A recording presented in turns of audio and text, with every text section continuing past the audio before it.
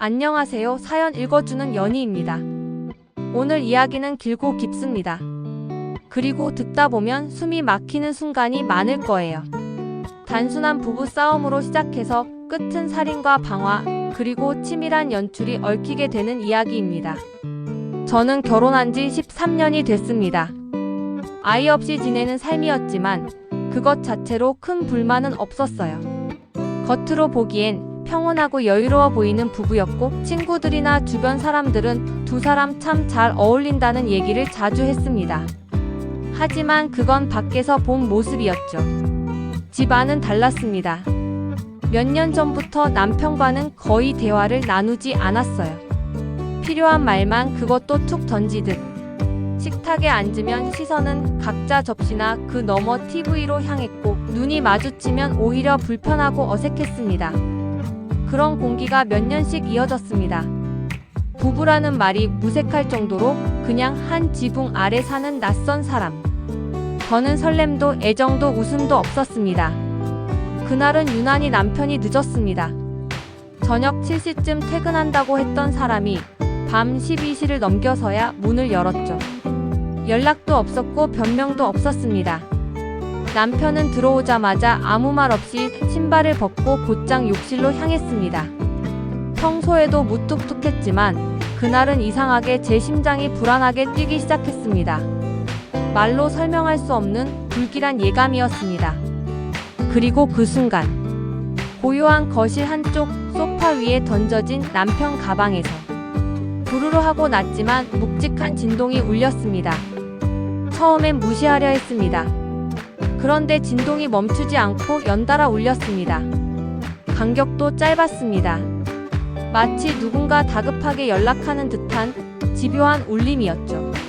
저도 모르게 식탁에서 몸을 일으켰습니다. 가방 앞으로 다가가 남편 핸드폰을 꺼냈습니다.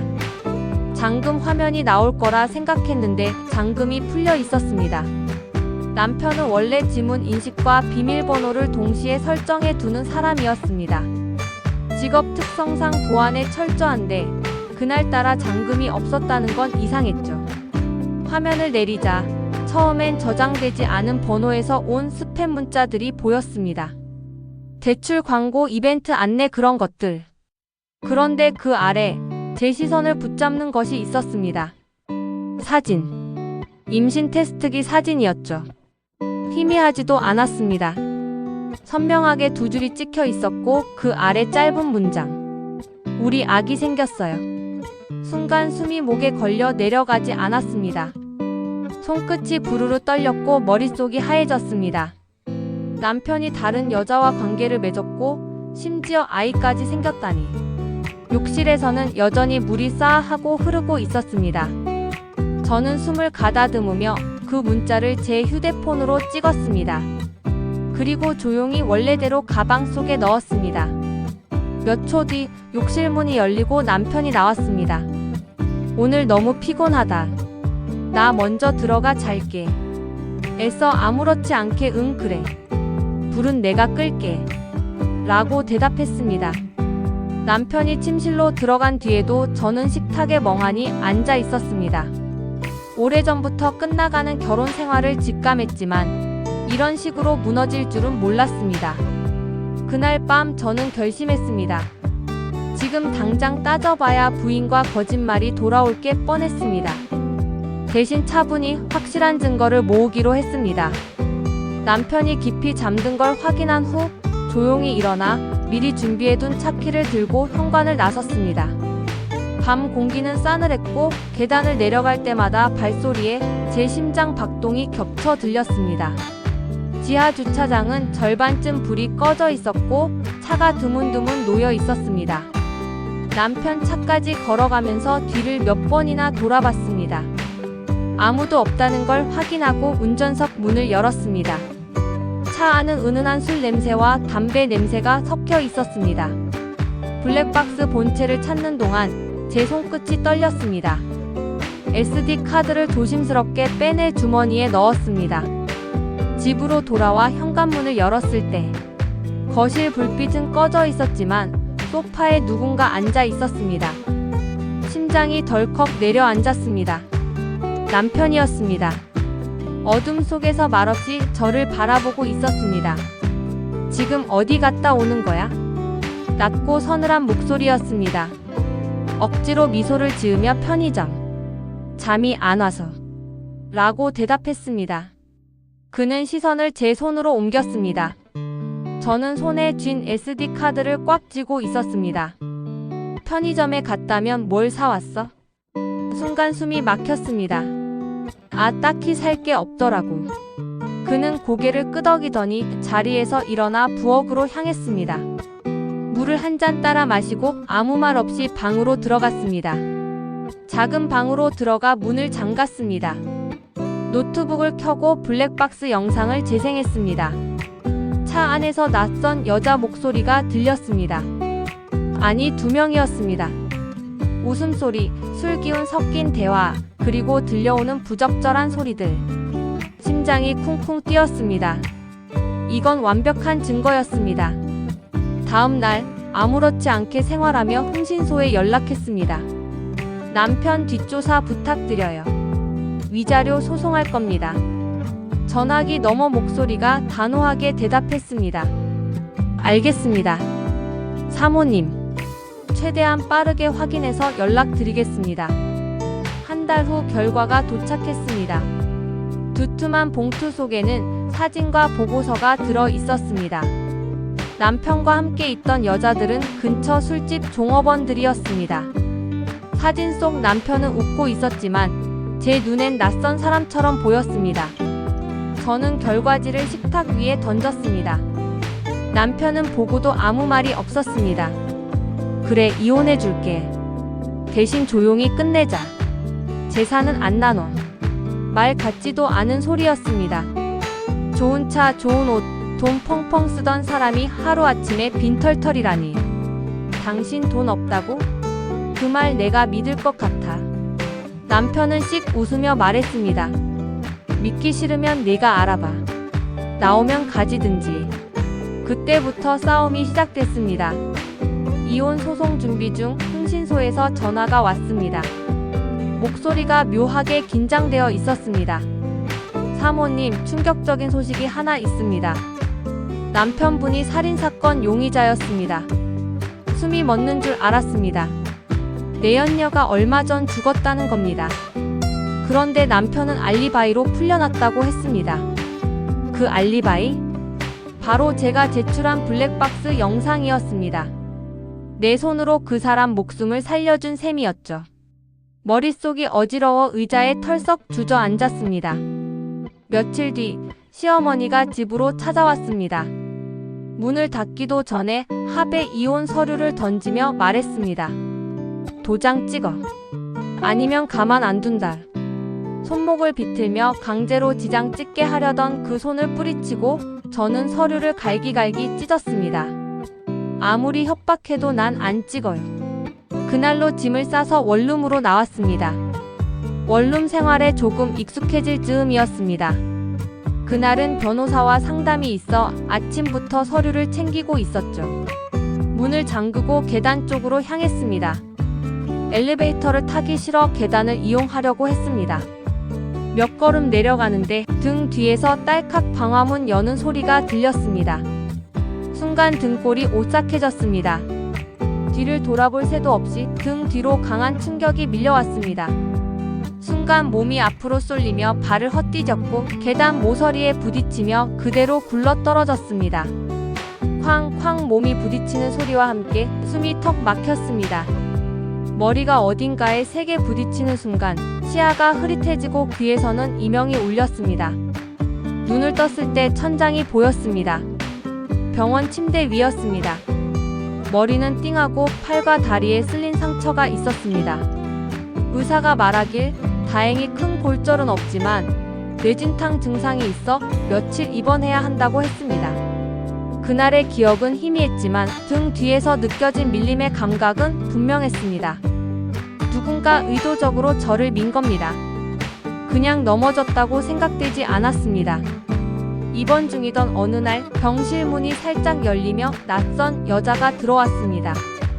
모자에 마스크를 눌러 쓴 조심스러운 모습이었습니다.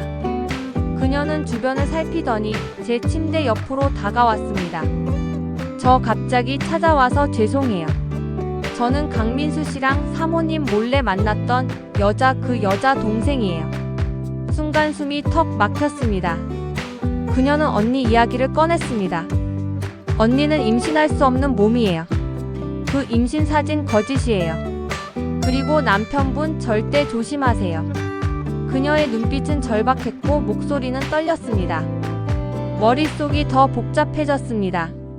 그렇다면 그 사진과 문자는 뭐였을까요? 저는 잠시 말을 잃었습니다. 퇴원 후 며칠 지나지 않아 밤중에 원룸에서 자고 있는데 매캐한 냄새가 코를 찔렀습니다. 눈을 뜨니 문틈 사이로 검은 연기가 스며들고 있었습니다. 복도에서 누군가 불이야 라고 외쳤습니다. 현관문 손잡이를 잡았는데 뜨겁게 달궈져 있었습니다.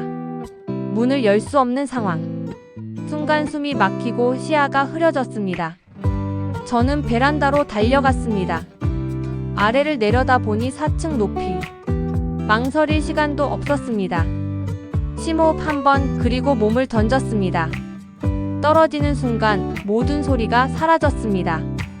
그리고 곧 발목을 찌르는 듯한 고통과 함께 의식을 잃었습니다. 의식을 잃기 직전 골목 건너편 어귀에 서 있는 그림자가 보였습니다. 가로등 불빛에 어슴풀에 드러난 얼굴. 시어머니였습니다. 그 모습이 머릿속에 각인된 채 저는 눈을 감았습니다. 며칠 뒤 불탄 원룸에 남은 짐을 가지러 갔습니다. 그 안은 그을음 냄새와 탄 냄새가 가득했습니다. 조심스럽게 침대 밑에 숨겨둔 물건을 꺼내려는데 화장실 쪽에서 이상한 기척이 느껴졌습니다. 고개를 돌리는 순간 어둠 속에서 번뜩이는 눈빛이 저를 향하고 있었습니다. 그리고 거친 손이 제 목을 움켜쥐었습니다. 숨이 막히고 발버둥을 쳤지만 힘이 빠져갔습니다. 그 순간 문이 벌컥 열리며 남동생이 들이닥쳤습니다. 그는 제 목을 조르던 사람을 밀쳐냈습니다. 바닥에 쓰러진 그 사람, 시어머니였습니다. 시어머니는 경찰에 체포되었습니다. 방화와 살인미수 혐의로 조사를 받으면서도 표정 하나 변하지 않았습니다. 그러던 중 경찰 조사실에서 충격적인 말을 내뱉었습니다. 그년도 내가 죽였어. 순간 담당 형사와 제 숨이 동시에 멎었습니다. 그년이라니 남편 내연녀였습니다. 시어머니는 태연하게 말했다고 합니다. 헤어지라고 해도 안 헤어지길래 없앴다. 그게 뭐 잘못이냐. 형사들이 믿기지 않는다는 표정으로 서로를 바라봤습니다. 하지만 그녀의 자백은 명확했고 범행 수법에 대한 설명도 구체적이었습니다. 그 말로 인해 시어머니는 살인 혐의까지 더해졌습니다. 그 즈음 저는 경찰로부터 블랙박스 영상을 돌려받았습니다. 다시 재생해 보던 중 이상한 점을 발견했습니다. 차량에서 내리는 남편의 얼굴이 어딘가 달랐습니다. 눈매, 턱선, 걸음걸이 분명 비슷하지만 묘하게 다른 사람이었죠. 그 순간 제 머릿속에 한 사람이 스쳤습니다. 시동생. 남편과 1살 차이의 체격도 비슷하고 어릴 때부터 쌍둥이냐는 말을 들을 만큼 닮은 사람이었습니다. 경찰이 출입국 기록을 확인한 결과 시동생은 사건 무렵 일본에서 귀국한 상태였습니다. 그리고 시동생은 조사에서 모든 걸 털어놨습니다. 형인 남편이 돈을 주며 부탁했다고 합니다. 내 차에 타서 여자 둘이랑 노는 장면만 찍히게 해달라. 시동생은 아무 생각 없이 형이 시키는 대로 했습니다. 이렇게 해서 남편은 완벽한 알리바이를 만들었습니다. 내연녀 살해 시각에 차 안에서 외도 중인 영상이 존재했으니 경찰은 그를 살인 혐의에서 제외시켰던 겁니다. 남편은 내연녀 명의로 빼돌린 재산을 혼자 차지하려 했습니다. 하지만 내연녀가 그 재산을 가지고 도망치려 하자 그녀를 살해했습니다. 그리고 자신이 혐의를 받지 않도록 치밀하게 알리바이를 꾸몄습니다. 시어머니는 아들의 범행을 감추기 위해 방화와 살인 미수까지 저질렀습니다. 저를 해치려 했던 이유는 단 하나, 블랙박스 SD 카드를 없애기 위해서였습니다. 재판에서 남편은 끝까지 우발적 범행이라고 주장했습니다.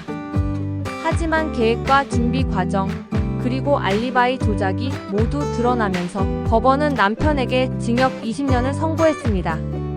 시어머니는 방화 살인미수, 살인 혐의로 징역 14년을 선고받았습니다. 숨겨진 재산의 절반이 제게 돌아왔지만 저는 그 돈을 전부 기부했습니다. 피 묻은 돈을 가지고 살고 싶지 않았기 때문입니다. 여러분, 이게 현실입니다. 사람이 이렇게까지 악랄해질 수 있다는 거 저는 뼈저리게 배웠습니다. 지금까지 사연 읽어주는 연희였습니다. 끝까지 들어주셔서 감사합니다. 다음 이야기에서 뵙겠습니다.